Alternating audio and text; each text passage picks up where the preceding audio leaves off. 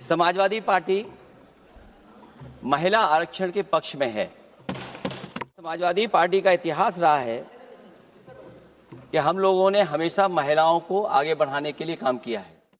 Doctor Ram Manohar Lohia, उन्होंने हमेशा gender justice और सोशल जस्टिस की बात की है। हम समाजवादी लोग जेंडर जस्टिस और सोशल जस्टिस के पक्ष में हैं और महिलाओं का आरक्षण 33% हो उसके भी पक्ष में हम लोग बोल रहे हैं। और कहीं ना कहीं आरक्षण हमारी पीढ़ी के आह्वान को और मजबूत कर रहा है। लेकिन जिस तरह की बातें हमें सुनने को मिल रही हैं, अब भारतीय जनता पार्टी नारी को नारा बनाने की कोशिश कर रही है। भारतीय जनता पार्टी इस आरक्षण को लेकर के भाजपा अपना नारी का नारा बनाना चाहती है और बदलने की कोशिश कर रही है। जिन्होंने नारी को अपने संगठन में नहीं रखा, उनके मान सम्मान के लिए कैसे रखेंगे? अध्यक्ष महोदय, जिस पेरेंटल संगठन से आप निकले हैं उसमें मान सम्मान के लिए संगठन में कितनी नारी हैं ये बता दें आप।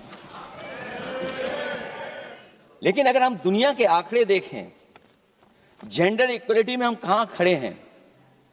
हम 146 में 127वीं जगह पर खड़े हैं। और अगर हम इनके खुद के सरकारों को देखें अगर, तो अध्यक्ष महोदय, इनके 21 जगह सरकारें हैं। 21 जगह यूनियन टेरिटरी और स्टेट मिलाकर के और सहयोगी दलों के साथ मिलकर के 21 सरकारें इनकी हैं।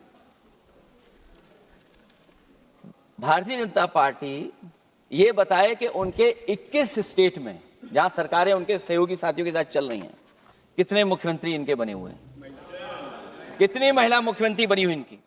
0। और जो दिल्ली की बनी हुई हैं, हालांकि वो हाफ चीफ मिनिस्टर हैं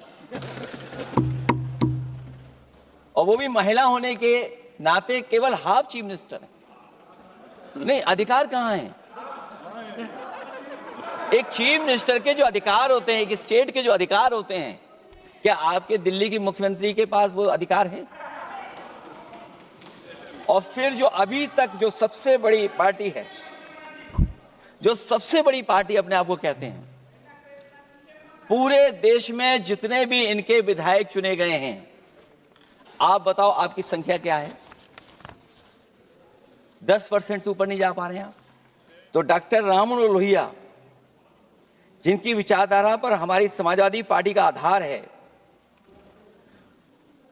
उनके द्वारा हमेशा महिलाओं को पुरुषों के बराबर की हिस्सेदारी हर क्षेत्र में देने की बात कही।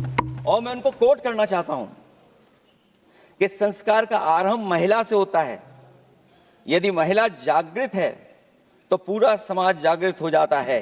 ये लोहिया ने हमारे जिस विचारधारा पे हम लोग चल रहे हैं वो हम आपको बताना चाहते हैं।